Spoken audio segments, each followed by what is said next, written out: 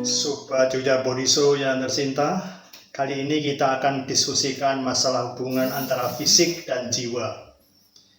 Kesehatan adalah merupakan modal dasar yang paling penting bagi manusia.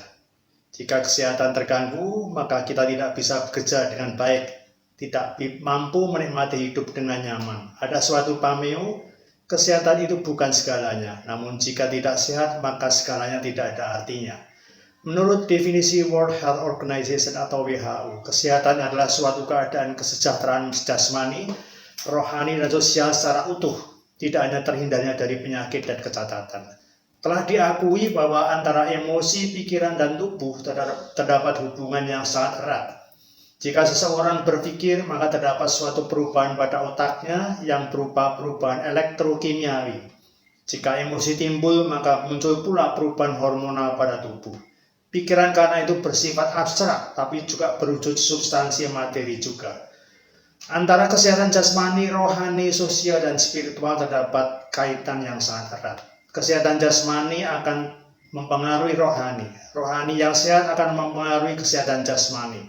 Kesehatan jasmani dan rohani yang sehat akan menyebabkan hubungan sosial yang sehat dengan orang lain akan baik pula.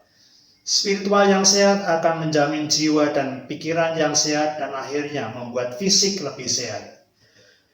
Perkembangan ilmu pengetahuan, khususnya kedokteran, mendorong kita untuk memandang kesehatan manusia secara utuh atau holistik. Meskipun ilmu kedokteran cenderung semakin bersifat spesialistik, tapi penyembuhan suatu penyakit tidak bisa hanya dipandang bagian per bagian. Penyebab timbulnya suatu penyakit mestinya tidak hanya dicari dari faktor fisik biologis semata, tetapi perlu dicari latar belakangnya yang membuat seseorang rentan terhadap suatu penyakit. Manusia sebetulnya dimasuki banyak sekali bakteri dalam tubuhnya setiap hari. Bahkan ada mikroba-mikroba yang selalu ada dalam tubuh dan membantu proses metabolisme. Tapi hanya pada suatu situasi kelemahan tubuh tertentu, maka salah satu dari kuman tadi menimbulkan penyakit. Ternyata faktor-faktor kejiwaan dan lingkungan sangat mempengaruhi kerentanan seseorang terhadap penyakit.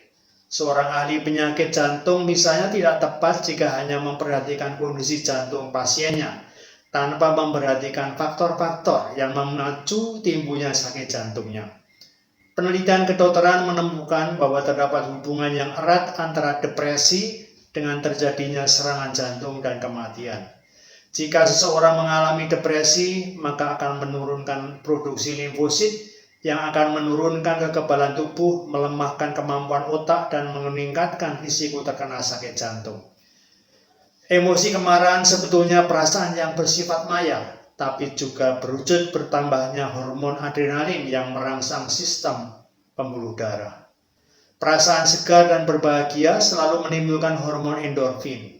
Olahraga juga merangsang timbulnya endorfin, sehingga menimbulkan rasa segar dan gembira. Berbagai penyakit sumbernya dari emosi yang merusak organ tubuh. Kecemasan merangsang timbulnya asam lambung, dan jika berlebihan, akhirnya melukai dinding lambung. Stres yang terus-menerus bisa mengakibatkan jantung koroner dan hipertensi, karena hormon epinefrin dirangsang keluar dan mengakibatkan menyempitnya pembuluh darah dan meningkatnya denyut jantung. Kesembuhan dari suatu penyakit tergantung pada semangat hidup dan optimisme yang dipunyai. Orang yang mempunyai positive thinking dan sikap yang optimis akan menikmati hidup lebih berbahagia, tetapi sekaligus juga lebih sehat. Orang yang sedang sakit tapi bersikap optimis akan mempercepat proses penyembuhan. Sebagai contoh, para pasien yang punya harapan yang besar untuk sembuh setelah habis operasi jantung atau bypass, pada umumnya lebih cepat pulih kesehatannya dan lebih sedikit terjadi komplikasi dibandingkan dengan pasien yang mempunyai harapan yang kecil. Tubuh kita akan bereaksi terhadap pikiran, emosi, dan sikap kita sendiri. Disinilah terjadi hubungan antara pikiran yang positif dengan kebahagiaan dan kesehatan. Berbagai fakta yang dicatat beberapa peneliti menunjukkan hubungan antara pikiran dan tubuh. Sebagai contoh adalah pikiran-pikiran negatif akan berpengaruh negatif pada kesehatan tubuh. Misalnya, emosi yang negatif seperti depresi, putus asa, Sedih meningkatkan hormon sitokinin yang akan menurunkan kekebalan tubuh, melemahkan kemampuan otak, dan meningkatkan risiko terkena sakit jantung. Sehingga orang yang memiliki emosi negatif mempunyai potensi yang besar untuk tidak sehat, tidak sukses, dan tidak bahagia. Keadaan mental yang sedang depresi juga mempersulit penyembuhan. Kemarahan, kecemasan, ketakutan yang terus-menerus akan meningkatkan hormon katekolamin dan adrenalin yang memacu denyut jantung dan meningkatkan risiko penyakit jantung, stroke, dan hipertensi. Rasa permusuhan bertahun-tahun mempunyai peranan yang besar pada timbulnya penyakit jantung, terutama diderita oleh pria. Emosi yang mematikan pada wanita adalah rasa cemas dan rasa takut. Pria yang terkucil 2-3 kali lipat lebih besar kemungkinan meninggal. Sedang wanita yang terkucilkan 1,5 kali lebih besar kemungkinan meninggal. Kecemasan yang kronis, kesedihan dan pesimisme berkepanjangan, ketegangan yang tidak kunjung reda, permusuhan tiada henti, sinisme atau kecurigaan yang tak putus-putus, mempunyai risiko 2 kali lipat terserang penyakit asma, artritis, sakit kepala, tukak lambung, dan penyakit jantung. Stres berkepanjangan menyebabkan menurunnya kekebalan tubuh, mempercepat penyebaran kanker, meningkatnya kerawanan terhadap infeksi virus, aterosklerosis, meningkatkan risiko diabetes dan asma. Stres juga menyebabkan luka pada saluran pencernaan, memicu radang usus besar. Sebaliknya, pandangan atau cara berpikir yang lebih positif akan berpengaruh positif pada tubuh. Seperti contoh berikut. Pandangan optimis mempercepat penyembuhan penyakit dan lebih mampu bertahan menghadapi situasi sulit, termasuk kesulitan medis.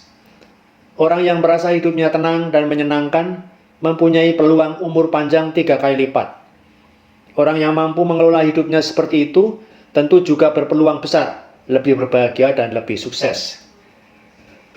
Orang yang mempunyai jaringan keakraban yang dapat diandalkan, seperti suami, istri, sahabat karib, dan semacamnya, melindunginya terhadap pengaruh mematikan dari trauma dan kekerasan hidup.